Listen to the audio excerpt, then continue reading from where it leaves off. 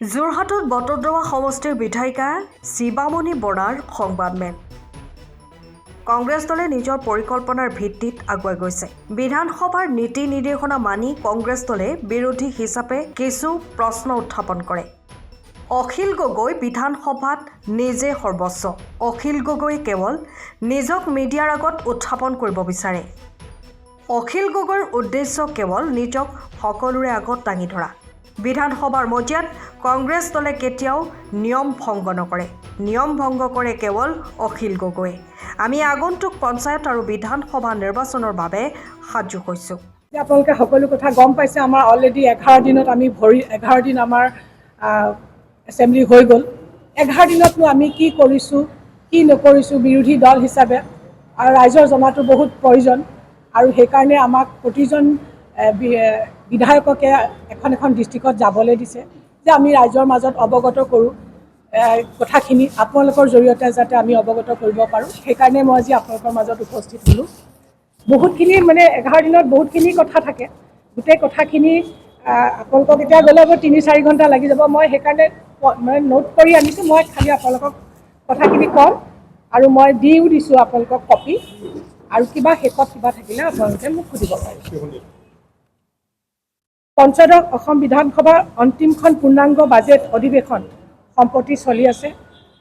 এই অধিৱেশনত কংগ্ৰেছ বিধায়িনী দলৰ সদস্যসকলে ৰাজ্যখনৰ জনজীৱনৰ মৌলিক সমস্যাৱলী বিধানসভাৰ মজিয়াত তুলি ধৰাৰ ক্ষেত্ৰত যি সৰ্বাত্মক আত্মনিয়োগ কৰিছে। গণতান্ত্ৰিক ব্যৱস্থাত শাসক বিৰোধী দুয়োটা পক্ষৰে নিৰ্বাচিত জনপ্ৰতিনিধিসকলক ৰাইজে তেওঁলোকৰ মৌলিক সমস্যাৱলী তুলি ধৰিবলৈ আইনসভালৈ নিৰ্বাচিত কৰি পঠায়। শাসকীয় পক্ষৰ দায়িত্ব হ'ল জনগণৰ সমস্যা সমাধান কৰা আৰু বিৰোধীৰ দায়িত্বত থকা জনগণৰ মৌলিক তথা জ্বলন্ত সমস্যাৱলী শাসকীয় পক্ষৰ দৃষ্টিগোচৰ কৰা। আমি বিৰোধী দল হিচাপে যি দায়িত্ব পালন কৰিলোঁ সেয়া জনগণৰ দৃষ্টিগোচৰ কৰাটো জৰুৰী বুলি অনুভৱ কৰিছোঁ। মই প্ৰত্যেক দিনৰ দিন ৱাইজ মই কৈ যাম। আমাৰ বিধানসভা এইবাৰ আমাৰ বিধানসভা 17 ফেব্ৰুৱাৰীত আৰম্ভ হৈছিলে। প্ৰথম দিন আছিলে সেইদিনাখন পঞ্চদশ অসম বিধানসভাৰ অন্তিমখন পূৰ্ণাংগ বাজেট অধিৱেশনখন 17 ফেব্ৰুৱাৰী 2025 তাৰিখে কোকৰাঝাৰত এদিনীয়া কাৰ্যসূচীৰ মাজেৰে আৰম্ভ হয়। আৰম্ভণিৰ দিনাই বিধানসভাৰ অধ্যক্ষৰ উদ্যোগত ষষ্ঠ অনুসূচীভুক্ত স্বায়ত্তশাসিত পৰিষদৰ এলেকাৰ অৰ্থ সামাজিক অৱস্থা সম্পৰ্কে এক বিশেষ আলোচনা অনুষ্ঠিত হৈছিলে। বিৰোধীৰ যুক্তিপূৰ্ণ বক্তব্য খণ্ডন কৰিবলৈ মুখ্যমন্ত্ৰীয়ে ষষ্ঠ অনুসূচীভুক্ত এলেকা কেন্দ্ৰীয় চৰকাৰে কোনো পুঁজি যোগান নধৰা বুলি এক অসত্য বক্তব্য দাঙি ধৰিছিলে। বিধানসভাৰ বিৰোধী দলপতি দেৱব্ৰত শইকীয়াই এই বিষয়ে পিছলৈ মুখ্যমন্ত্ৰীৰ বিৰুদ্ধে বিশেষাধিকাৰ ভংগৰ প্ৰস্তাৱ উত্থাপন কৰিবলৈ এক জাননী দাখিল কৰি প্ৰস্তাৱটো বিধানসভাত গৃহীত কৰাবলৈ জোৰ দিয়ে যদিও বিধানসভাৰ অধ্যক্ষই প্ৰস্তাৱটো অগ্ৰাহ্য কৰে। 19 ফেব্ৰুৱাৰী দ্বিতীয় দিন সিদিনা অসম বিধানসভাত ৰাজ্যখনৰ এক জ্বলন্ত সমস্যা হিচাপে চিহ্নিত হোৱা ৰেড হোল মাইনিঙৰ বিষয়টো কংগ্ৰেছ বিধায়িনী দলৰ নেতা দেৱব্ৰত শইকীয়াই এক সদন স্থগিত প্ৰস্তাৱ উত্থাপন কৰে। বিষয়টো লৈ শাসকীয় পক্ষ আৰু বিৰোধী পক্ষৰ মাজত তীব্ৰ বাদানুবাদৰ ফলশ্ৰুতিত বিধানসভাৰ অধ্যক্ষই দুবাৰকৈ সদন স্থগিত কৰিবলগীয়া হয়। কিন্তু তেওঁলোকে আলোচনা কৰিবলৈ আমাক নিদিলে। 20 ফেব্ৰুৱাৰী আমাৰ তৃতীয় দিন আছিলে। 20 ফেব্ৰুৱাৰীত কংগ্ৰেছ বিধায়ক ডক্টৰ আসিফ নাজাৰে বিধানসভাৰ শূন্যকালীন ঘণ্টাত চৰকাৰী চিকিৎসালয়সমূহত ঔষধৰ অভাৱৰ লগতে ৰাজ্যখনৰ স্বাস্থ্যখণ্ডৰ বিভিন্ন সমস্যাৱলী তুলি ধৰে। কংগ্ৰেছ বিধায়িনী দলৰ নেতা দেৱব্ৰত শইকীয়াই অসম চৰকাৰৰ চৰকাৰী ভাষা আইন 1959 কাৰ্যকাৰী নকৰাত ক্ষোভ প্ৰকাশ কৰি এই আইন কাৰ্যকৰী কৰিবলৈ অসম বিধানসভাৰ প্ৰক্ৰিয়া আৰু কাৰ্য পৰিচালনাৰ নিয়মাৱলী 301 অধীনত চৰকাৰৰ দৃষ্টি আকৰ্ষণ কৰে। সিদিনা ৰাজ্যপালৰ ভাষণৰ ওপৰত ধন্যবাদসূচক প্ৰস্তাৱৰ বিৰোধিতা কৰি কংগ্ৰেছ বিধায়ক জাকিৰ হুছেইন আৰু মই চৰকাৰৰ জনবিৰোধী কাৰ্যকলাপসমূহ উদঙাই দিওঁ। কংগ্ৰেছ সাংসদ ৰকিবুল হুছেইনৰ ওপৰত ৰূপহীহাটত সংঘটিত আক্ৰমণৰ প্ৰতিবাদ জনাই বিৰোধী দলপতি দেৱব্ৰত শইকীয়া, বিধায়ক নুৰুল হুদা আৰু অন্যান্য কংগ্ৰেছ সকলো বিধায়কে সৰব হৈ ৰাইজৰ আইন শৃংখলা ৰক্ষাত চৰকাৰ যে ব্যৰ্থ হৈছে এই কথাটো উদঙাই দিয়ে। ৩ মাৰ্চ, তাৰপিছত আমাৰ গেপ আছিলে অলপ, ৩ মাৰ্চলৈ আহিলে, এইটো আমাৰ ৪ৰ্থ দিন আছিলে। ৩ মাৰ্চত সদন আৰম্ভ হোৱাৰ লগে লগে সাংসদ ৰকিবুল হুছেইনৰ ওপৰত সংঘটিত প্ৰাণঘাতী আক্ৰমণৰ প্ৰসংগটো উত্থাপন কৰি কংগ্ৰেছ বিধায়িনী দলে সদন স্থগিত প্ৰস্তাৱ উত্থাপন কৰে। সংসদ এজনক সুৰক্ষা দিব নোৱাৰা চৰকাৰৰ হাতত যে ৰাজ্যবাসী সুৰক্ষিত নহয়, সেই বিষয়টো উত্থাপন কৰি কংগ্ৰেছ বিধায়িনী দলে সৰব প্ৰতিবাদ কৰাত অধ্যক্ষই সদনৰ কাম কাজ দুবাৰকৈ স্থগিত কৰিবলগীয়া হয়। কংগ্ৰেছৰ সংঘবদ্ধ প্ৰতিবাদৰ ওচৰত নতি স্বীকাৰ কৰি সংসদীয় পৰিক্ৰমা মন্ত্ৰীয়ে ঘটনাৰ সন্দৰ্ভত এক বিবৃতি জাৰি কৰিবলগীয়া হয়। সেই একেদিনাই ৩০০ একৰ অধীনত ৰাজ্যজুৰি কৃষকলৈ শস্য বীজ যোগানৰ ক্ষেত্ৰত চলি থকা অনিয়মৰ বিষয়ে চৰকাৰৰ দৃষ্টিগোচৰ কৰা হয়। ন্যায়াধীশ বিপ্লৱ কুমাৰ শৰ্মা এজনীয়া আয়োগৰ প্ৰতিবেদন সন্দৰ্ভত সিদিনা অনুষ্ঠিত আলোচনাত অংশগ্ৰহণ কৰি বিৰোধী দলপতি দেৱব্ৰত শইকীয়াই চৰকাৰে এই আয়োগৰ মূল পৰামৰ্শ কাৰ্যকৰী নকৰাকৈ অযথা ৰাজনীতি কৰা বুলি চৰিত্ৰ উদঙাই দিয়ে। ৪ মাৰ্চ, পঞ্চম দিন। ৪ মাৰ্চত অনুষ্ঠিত বিধানসভাৰ অধিৱেশনত কংগ্ৰেছ বিধায়িনী দলৰ নেতা দেৱব্ৰত শইকীয়াই মুখ্যমন্ত্ৰীৰ বিৰুদ্ধে সদনত অসত্য তথ্য দাখিল কৰা সন্দৰ্ভত এক বিশেষাধিকাৰ ভংগৰ প্ৰস্তাৱ উত্থাপন কৰে। আৰু সেই একেদিনাই বিৰোধী নেতা দেৱব্ৰত শইকীয়াই ১৯৯৬ চনত গঠন হোৱা সংসদীয় কমিটিয়ে আগবঢ়োৱা পৰামৰ্শৰ প্ৰতি দৃষ্টি ৰাখি অসমৰ বৰ্তমান জনজাতীয় লোকসকলৰ কোনো ক্ষতি নকৰাকৈ মৰাণ, মটক, টাই, আহোম, চুতীয়া, চাহ জনগোষ্ঠী আৰু কোচ ৰাজবংশীসকলক জনজাতীয় মৰ্যাদা প্ৰদানৰ দাবীত এক প্ৰস্তাৱ উত্থাপন কৰে। বিষয়টোৰ ওপৰত কোনো ধৰণৰ তেওঁলোকে আলোচনা কৰিবলৈ নিদিলে যদিও সুদীৰ্ঘ আলোচনাৰ মূৰত তেওঁলোকে ক'লে যে এইটো মন্ত্ৰী বিৰোধী নেতাৰ প্ৰস্তাৱ অগ্ৰাহ্যই কৰিলে, তেওঁলোকে আমাক ভালকৈ আলোচনা কৰিবলৈ এইটো তেওঁলোকে পাৰ্মিশ্যন নিদিলে। এদিনাই কংগ্ৰেছ বিধায়ক আব্দুল ৰছিদ মণ্ডলে ভেঞ্চাৰ শিক্ষানুষ্ঠান প্ৰাদেশিকৰণৰ সময়ত বাদ পৰি যোৱা ৰোৱা শিক্ষকসকলৰ সমস্যা উত্থাপন কৰি এই সমস্যা শীঘ্ৰে সমাধান কৰিবলৈ দাবী উত্থাপন কৰে। ৬ষ্ঠ দিন, ৫ মাৰ্চ।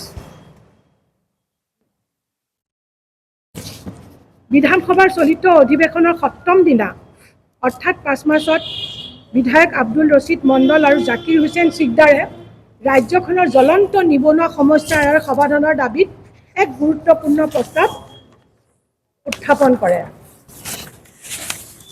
সিদিনাৰ বিৰোধী নেতা দেৱব্ৰত শইকীয়াই ডিমা হাছাও জিলাত অবৈধ কয়লা খনন আৰু শ্ৰমিকৰ মৃত্যুৰ প্ৰসংগ বিধানসভাৰ মজিয়াত উত্থাপন কৰি ৰাজ্য চৰকাৰক কাঠগড়াত থিয় কৰায়।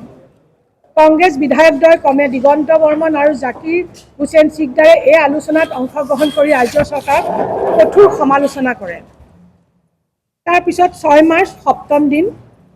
৬ মাৰ্চত কংগ্ৰেছী বিধায়িনী দলৰ ৰাজ্যখনৰ দুটা জ্বলন্ত বিষয় বিধানসভাৰ শূন্যকালীন ঘণ্টাত আলোচনাৰ বাবে জাননী কৰিছিল যদিও বিধানসভাৰ অধ্যক্ষই বিষয় দুটা আলোচনাৰ বাবে অনুমতি প্ৰদান নকৰিলে।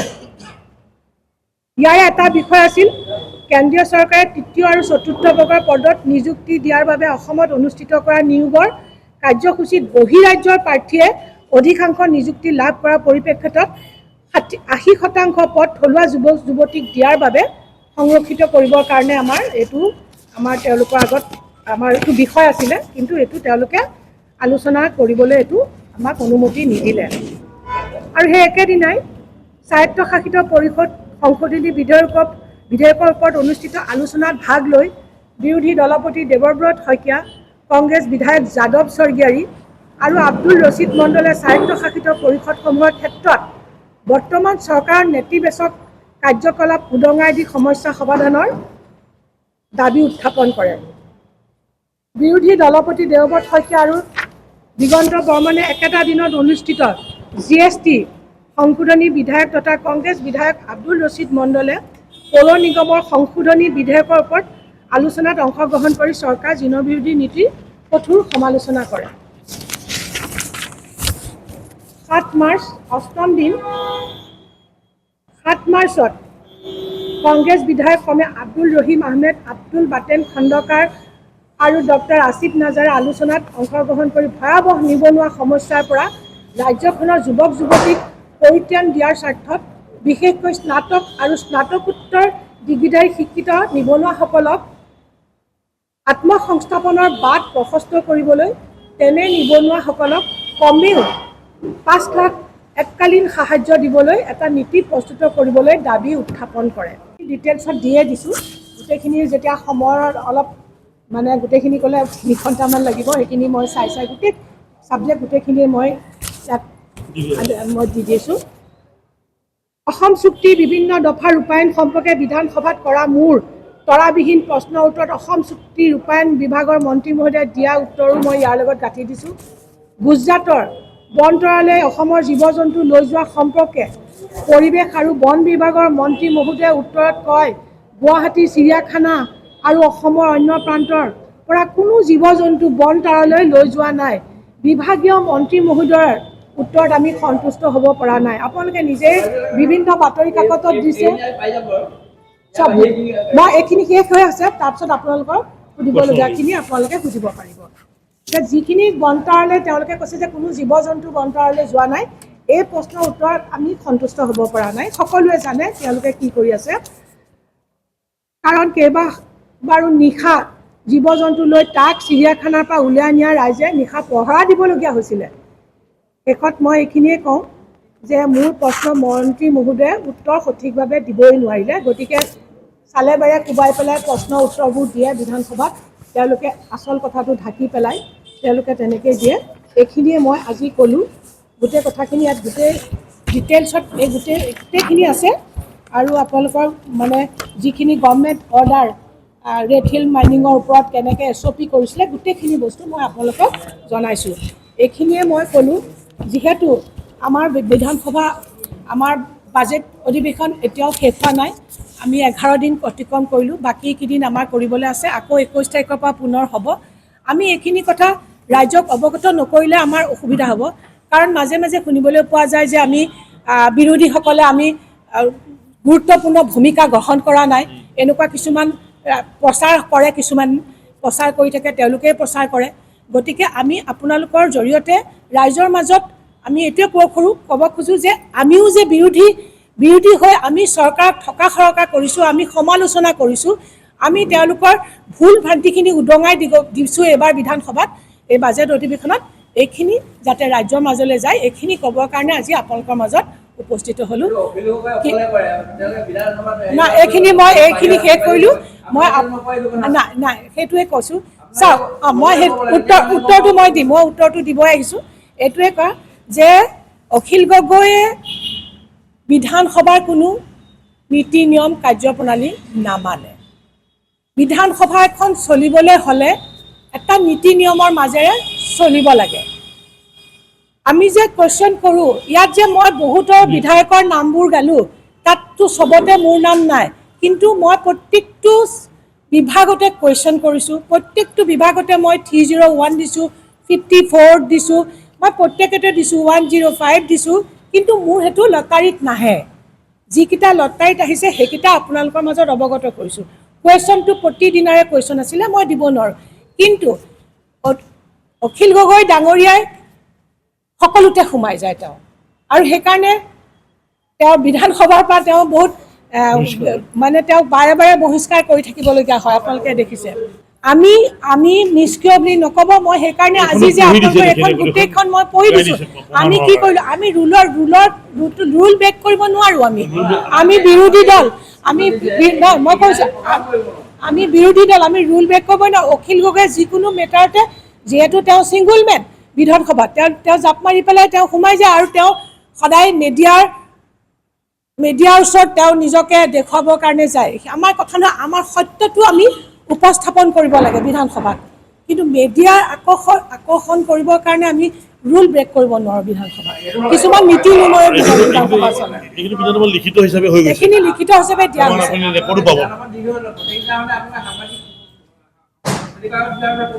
নাই নাই, সাংবাদিকৰ আগত আমি বিধানসভাৰ ভিতৰতো সাংবাদিক নাথাকে। আমি যিহেতু rules procedure conduct of business Assam legislative assembly এইখনৰ মতেহে যাওঁ। আমি এইখনৰ মতে এটা লাইনো যাব নোৱাৰোঁ, আমি এইখনৰ মতে যাওঁ, সেইটোৱে কথা। কিন্তু আমি তেনেকৈ জাপ মাৰি য'তে যাৰ বেলেগৰ কুৱেশ্যনত বেলেগ ছাপ্লিমেণ্টাৰী বেলেগ এজনক দিয়ে, কিন্তু বেলেগ এজন সোমাব আমি নোৱাৰোঁ। তেখেতে তেনেকুৱা কৰে, আমি কৰিব অসুবিধা, আমাৰ অসুবিধা।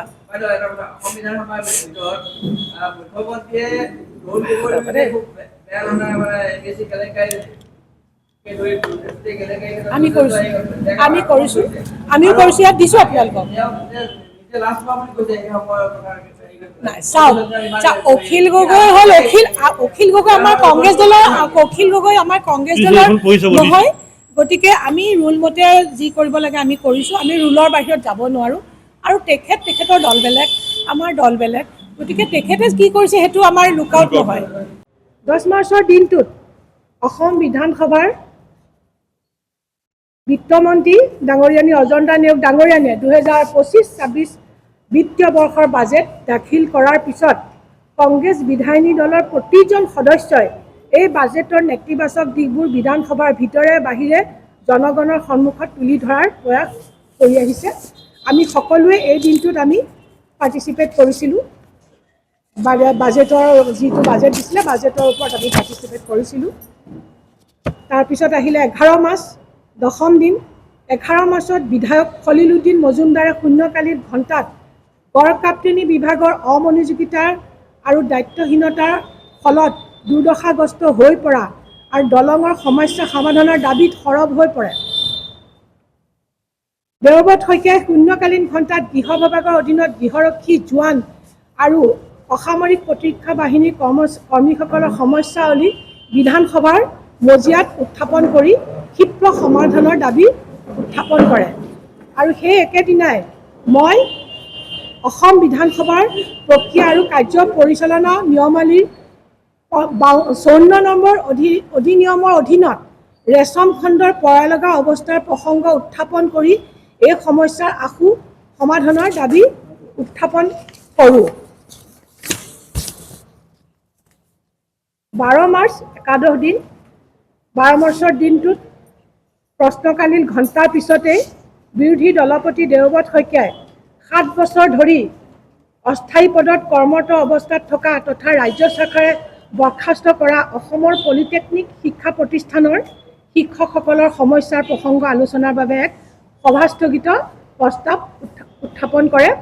অধ্যক্ষই ৰাজ্যখনৰ জ্বলন্ত সমস্যাটো আলোচনাৰ বাবে উত্থাপন কৰা সভাস্থগিত প্ৰস্তাৱটো অগ্ৰাহ্য কৰাত কংগ্ৰেছ বিধায়িনী দলৰ সদস্যসকলে প্ৰতিবাদত সৰব হৈ পৰে। ফলত অধ্যক্ষই 10 মিনিটৰ বাবে সদনৰ কাম কাজ স্থগিত কৰিবলগীয়া হয়। সদনৰ কাম কাজ পুনৰ আৰম্ভ হোৱাত কংগ্ৰেছী বিধায়িনী দলে একেটা দাবীতেই অটল থাকে যদিও উপাধ্যক্ষই এই দাবী পুনৰ অগ্ৰাহ্য কৰে। চলিত অধিৱেশনত প্ৰশ্নোত্তৰ কালসহ বিভিন্ন নিয়মীয়া কাৰ্যসূচীত কংগ্ৰেছ বিধায়কসকলে সক্ৰিয়ভাৱে অংশগ্ৰহণ কৰাৰ উপৰিও ভোটাৰ ডিটেনশ্যন কেম্প সমস্যা সমাধানৰ দাবীত কংগ্ৰেছ বিধায়ক নুৰুল হুদা, বিধায়ক আব্দুল ৰহিম আহমেদ সিন্ডিকেট ৰাজৰ ফলত ৰাজ্যখনত সৃষ্টি হোৱা ভয়াৱহ সমস্যা আৰু চৰকাৰী লণ্ঠনৰ ভয়াৱহতাৰ বিষয়ে বিধানসভাত বলিষ্ঠভাৱে উত্থাপন কৰে কংগ্ৰেছৰ বিধায়ক AK ৰছিদ আলমে। একেদৰে কংগ্ৰেছৰ বিধায়কসকলে খাদ্য সুৰক্ষা আঁচনিত চলি থকা বৈষম্য আৰু অনিয়ম, জলমিত্ৰসকলৰ সমস্যা, নাৰী সুৰক্ষা, শিক্ষা, উদ্যোগ, কৃষিখণ্ডৰ বিভিন্ন সমস্যাৱলী সংক্ৰান্তত কেইবাবাৰো বিষয়বোৰৰ ওপৰত বিধানসভাত বলিষ্ঠ পদক্ষেপ উত্থাপন কৰে। আমাৰ যিহেতু এইটো 11 দিনলৈকে হৈছে, আমাৰ এতিয়ালৈকে শেষ হোৱা নাই। 25 মাৰ্চত আমাৰ বিধানসভাৰ কাৰ্য শেষ হ'ব, বাজেট অধিৱেশন শেষ হ'ব। আমি বাজেটখন যদিও আমাৰ সেইদিনাখন 10 মাৰ্চত উত্থাপন কৰিলে, কিন্তু বাজেটৰ ওপৰত আমি সকলোখিনি আমি বিধায়ক বিধায়িকাই আমি অংশগ্ৰহণ কৰিছিলোঁ আৰু সেই অংশগ্ৰহণ কৰাৰ আমি কিছুমান কেনেকৈ বাজেটৰ ওপৰত আমি অংশগ্ৰহণ কৰিছিলোঁ, বাজেটত কিখিনি আছিলে ভুল ক্ৰুটি আমি সেইবিলাক উনুকিয়াই দিছিলোঁ। অসম বিধানসভাৰ 17 ফেব্ৰুৱাৰীৰ পৰা আৰম্ভ হোৱা এই বাজেট অধিৱেশনত মহামহিম ৰাজ্যপাল মহোদয়ৰ ভাষণৰ ওপৰত উত্থাপিত ধন্যবাদসূচক প্ৰস্তাৱৰ বিৰোধিতা কৰি দিয়াৰ মোৰ বক্তব্য লিখিত ৰূপত ইয়াত গাঁঠি দিলোঁ। মই গোটেইখিনি কথাই কৈছিলোঁ যে তেওঁলোকে যিখন বাজেট প্ৰস্তুত কৰি দিলে, ৰাইজৰ মাজলৈ এৰি দিলে, সেই গোটেই বাজেটখনত কিখিনি খুটি নাটি দুখ আছে এইখিনি মই কৈছিলোঁ। মই হস্ততাঁত বস্ত্ৰ ৰেচন বিভাগৰ ৭,৫০০ বিঘা মাটি চৰণীয়া পথত পৰিণত হোৱা, বেদখল হোৱা, বস্ত্ৰ আৰু সূতা উৎপাদন কেন্দ্ৰসমূহ জহি খহি যোৱা সম্পৰ্কে বিভাগীয় মন্ত্ৰী মহোদয়ৰ দৃষ্টি আকৰ্ষণ কৰি বিধানসভাত মোৰ বক্তব্য লিখিত ৰূপত মই গাঁঠি দিছোঁ। তাৰোপৰি অবৈধ কয়লা খনন সম্পৰ্কে মোৰ লিখিত প্ৰশ্ন 2025 চনৰ আৰম্ভণিলৈকে অসমৰ ডিমা হাছাও, কাৰ্বি আংলঙৰ বিভিন্ন অঞ্চল আৰু মাৰ্ঘেৰিটা, তিনিচুকীয়া, লিডু মাৰ্ঘেৰিটা অঞ্চলত যি ৰেড হল মাইনিঙৰ যোগেদি কিমান অবৈধ কয়লা খনিৰ জৰিয়তে কয়লা খনন কৰি থকা হৈছে। উত্তৰত খনি আৰু খনিজাত দ্ৰব্য বিভাগৰ মাননীয় মন্ত্ৰী মহোদয়ে কয় যে কয়লা খননৰ ৰেড হল মাইনিং অসমত 2014 চনৰ আগলৈকে চলি আছিলে। ৰাষ্ট্ৰীয় সেউজ প্ৰাধিকৰণে 2014 চনত ইয়াক নিষিদ্ধ কৰে। বিভাগীয় মন্ত্ৰী মহোদয়ে উত্তৰ দিওঁতে সম্পূৰ্ণ মিথ্যাচাৰৰ আশ্ৰয় লৈছে।